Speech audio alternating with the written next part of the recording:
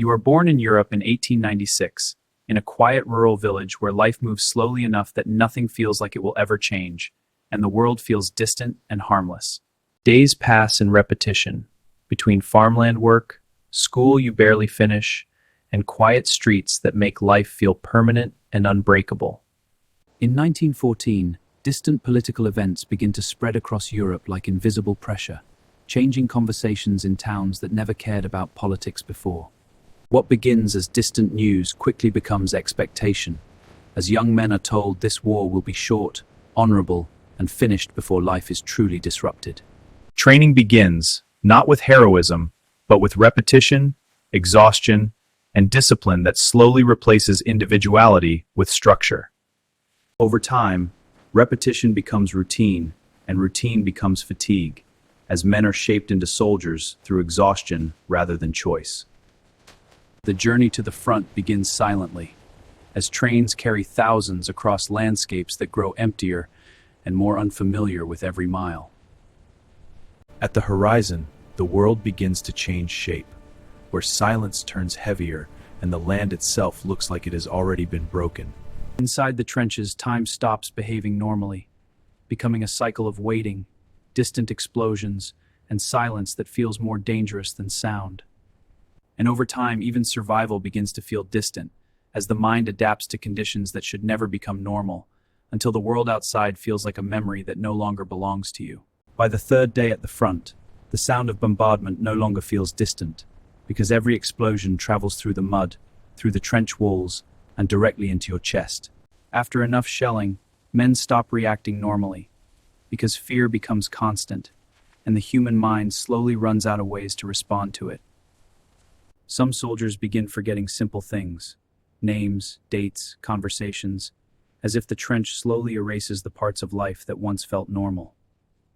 At night, the trench becomes a place of waiting, where every small sound feels dangerous, and every long silence feels even worse.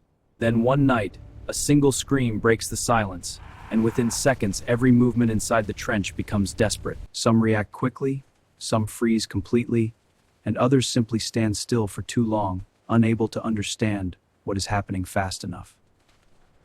After the gas clears, the trench does not return to normal, because normal no longer exists here in any recognizable form. Then comes the order everyone fears, the command to leave the trench and move toward open ground where survival depends mostly on chance.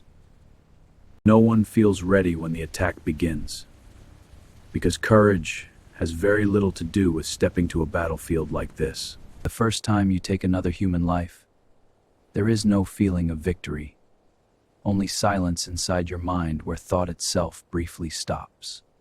Before we continue, I'd like to remind you that videos like this take a lot of time and effort to create, so please consider liking the video and subscribing to support the channel.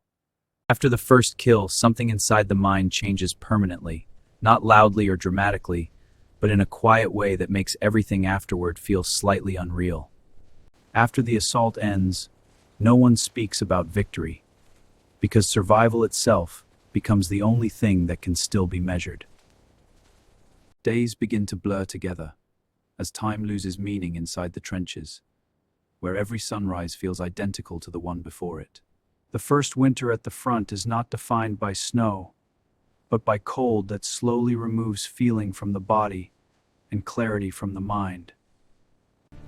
Sleep becomes unpredictable, interrupted by distant sounds, and even silence begins to feel suspicious rather than safe. Letters from home become the only connection to another world, but even those begin to feel distant, as if they belong to someone else's life. Sometimes soldiers stop speaking not because they have nothing to say, but because words no longer feel useful in a place like this.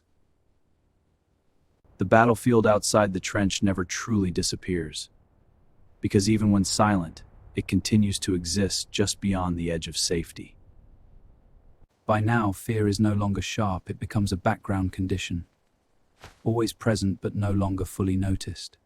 And in the end, the war does not feel like something that happened, but something that slowly became part of the mind itself, never fully leaving even when everything else is over. Returning home feels like crossing a distance that cannot be measured, because although the road is the same, the person who travels it is no longer the same one who left. The village remains unchanged on the surface, but everything feels smaller, quieter, and strangely distant, as if memory itself no longer fits inside reality. Reunion does not erase what happened, because silence between words carries more weight than anything that can be spoken aloud. At night, sleep should bring peace, but instead it brings fragments of places that no longer exist and sounds that never fully disappear. And in the end, survival is not the same as returning, because something inside you remains where everything changed forever, and it never truly comes back the same.